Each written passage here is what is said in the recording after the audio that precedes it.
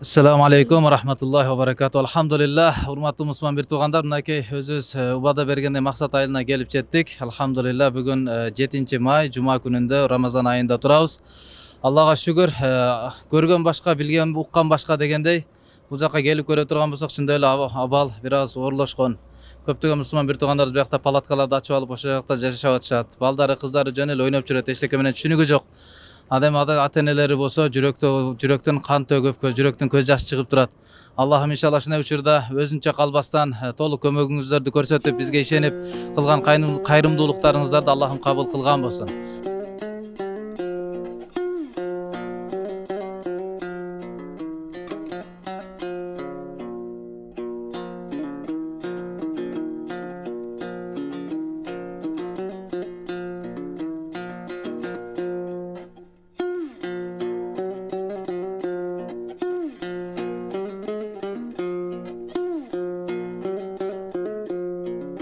Maqtoolor Allah Taalaga bolsun, Пайгамбар sallallahu aleyhi ve sellem'e salam salavatlar bolgan bolsun. Urmattуу жалпы dini kızmatkерler, ошонун катарында Кыргызстан мусулмандарынын дин башкармалыгы, Бишкек шаарынын мусулмандар казиятына караштуу мечиттердин жалпы имам хатиптери.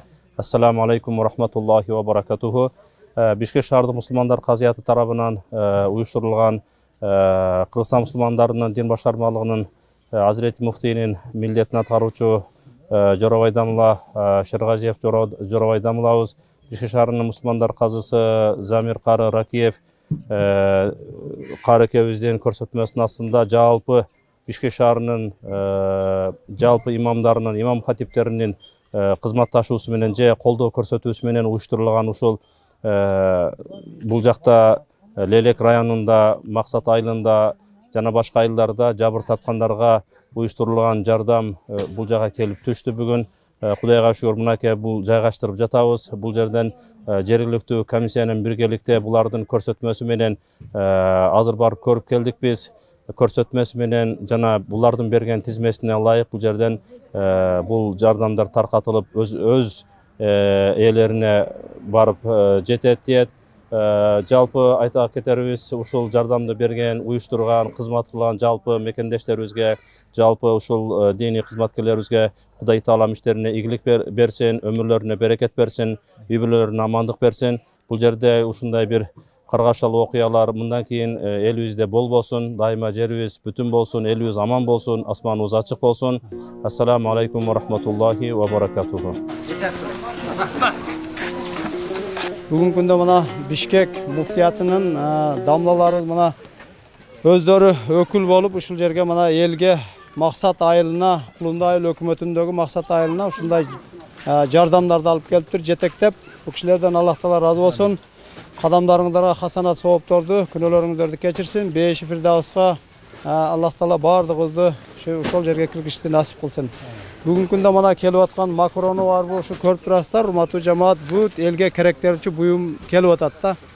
Ушул кишилер жетектеп алып келип, дарегине жеткирели деп келген экен. Мына бизге дарегине жетип келди, Кудай буйруса. Кулундай айыл өкмөтүнө мына биз кабыл кылып 5-6 жигит прием кылып алдык.